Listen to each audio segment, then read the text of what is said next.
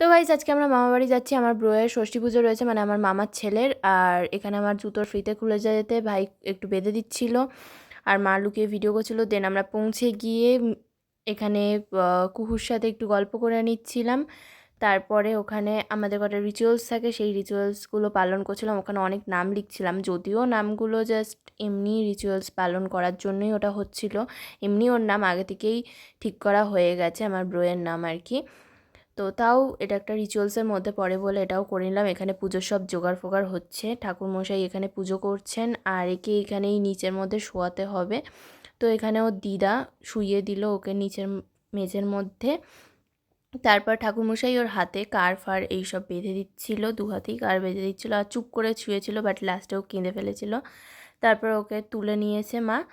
তারপরে আমি বসলাম ওই নামগুলো তুলবো বলে। তো আমি একটা নাম তুললাম, দেন পরপর সবাই একটা একটা করে নাম তুললো।